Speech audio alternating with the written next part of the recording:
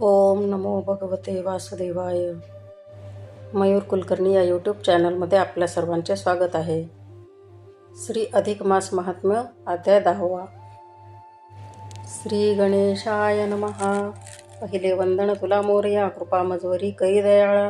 ही पोथी पूर्णत्वाला जाऊ दे तुझ्या कृपेने. नको अडचण नको अडथळा येऊ देऊ नकोस या कार्याला. हीच विनवणी माझी तुझला. करी कृपा मजवरती, बुद्धिदेवता ही सरस्वती. पाठी माझ्या उभी जरी ती, तरी चालेन मी पुढती. आशीर्वाद आहे तिच्याच, तिने घेत असते मनावर. तरी लेखनी चाले भराभर. कल्पना सुचती सत्वर, शब्दांकित करावया. सद्गुरूचा हात पाठीवर, त्याचाच मला आधार. तेच सारे करविनार, निमित्त मात्र मी इथे. नारद विचारते नारायणासी, कोणता उपाय दुर्वास ऋषी. देते झाले मी धावतीसी, तेची आता सांगी बा. सूत म्हणती श्रोते जन हो, आता ऐका पुढील भाग हो. या अधिक मास महात्म्याचा गोड हो. या नवीन अध्यायी. दुर्वास म्हणती बाळे मी धावती, आता सांगतो गुज मोठी. येत आहे पर्वणी गोमटी, परम आपल्या भाग्याने. आजपासून मास तिसरा येतो आहे अधिकाचा खरा. त्या मासाचा महिमा न्यारा आहे आगळा वेगळाची. या मासात तीर्थस्नान करता म्हणून जे ते पावन. भ्रूणहत्येचेही विमोचन होत असे हरिकृपे. बाळे वर्षात 12 मास, येती महत्व प्रत्येकास. देवदेवता प्रत्येकास पूज्य उपासनेसी. श्रावण कार्तिक मार्गशीर्ष, त्याहून महिमा त्याचा विशेष. हा उपासकांचे घाली पदरास, पुण्य अधिक पटीने. अनेक वर्षांचे गंगा स्नान, जे का देई पुण्यजान. ते या अधिक मासी जन एकाच स्नान मिळत असे. कुंभमेळ्याची साधून पर्वणी, गोदावरीचे स्नान करोणी. जेवढे पुण्य कोणी जोडीत असे पदरास, तेवढे पुण्य एका स्नानात. हा मास घातला पदरात, ऐसा याचा महिमा श्रेष्ठ. पूजावा भक्तिभावाने. म्हणून तुला सांगतो बाळे, पुरतील तुझे मनोरथ सगळे. जरी पदरी पुण्य जोडले पुजोन ह्या मासास. मीही स्वतः ह्यास पूजितो, व्रताचरण ह्याचे करतो. मज पुरुषोत्तम तो रक्षितो, सदा सर्वदा संकटी. तुझा व्हावया भाग्योदय, तूही धरी हरीचे पाय. अधिक मास उपासना उपाय आहे सर्व हितार्थ. या अधिक मासास लाभला आशीर्वाद तो आहे भला. पुरुषोत्तम मास नाम पावला आहे हा जगतात. तुझे हराया दैन्य दुःख, तुला मिळण्यास सकल सुख. अधिकाची उपासना सुरेख भाग्यशाली ठरेल. इतके सांगून त्या कन्येस शांत राहिले मुनी दुर्वास. तेव्हा मी धावती का तयास, काय बोलती झाली. ती म्हणे ऋषीवरा, तुमचे हे बोलणे मला न रुचे. महत्व इतर मासांचे अधिकामुळे कमी का. देवता तर सर्व समान, पूजकास देती देववरदान. जो जेवांची तो ते देऊन सुखवितात भक्तांसी. काय श्रावणातली ती शिवशक्ती, भाद्रपदांत्य गणेश पूजिती. आश्विनातील नवरात्री काय देईना फल. हरीचे एकटा काय दाता, समर्थ नाहीत अन्य देवता. काय देण्यास आपुल्या भक्ता. जे का तयास अपेक्षित हा भेदभाव नाही भला. तो वाईट हा चांगला, ना पटे माझी या मनाला. की हाच श्रेष्ठ असे. अहो हा तर मास मलिन, यात नाही सूर्यसंक्रमण. निषिद्ध सर्व कार्या लागून, शास्त्रांनीच हा ठरविला. यालाच म्हणती धोंडा महिना, ह्याची नाही कालगणना. श्रेष्ठत्व कैसे ह्या सकळेना, माझी या मना ना पटे. हात जोडून ती मी धावती, बोलती झाली दुर्वासाप्रती. मी आराधिते उमापती, कैसा त्यास मी विसरू.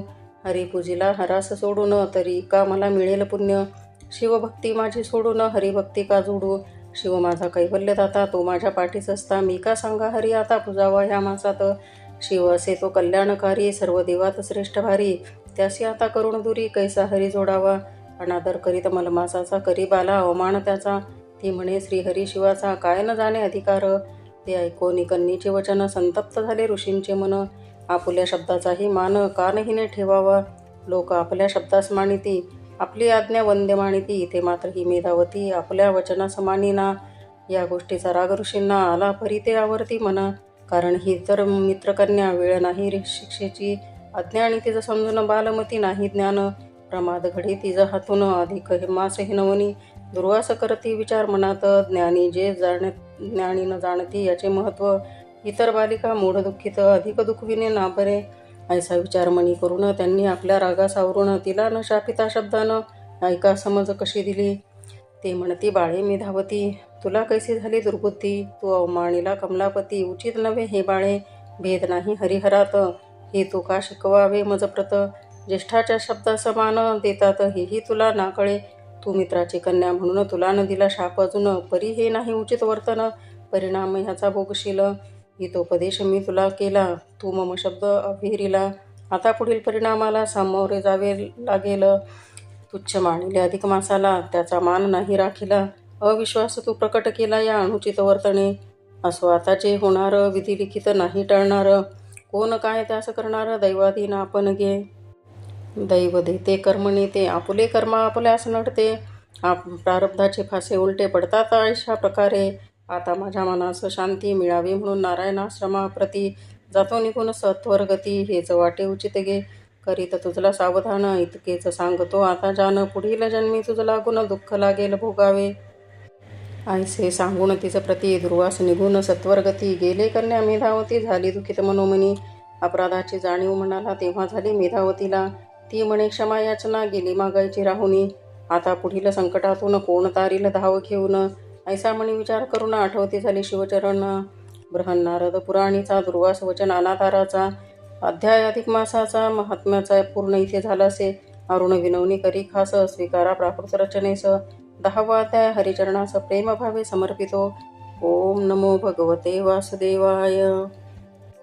बघा, मेधावतीकडून अधिकाचा अनादर झालेला आहे.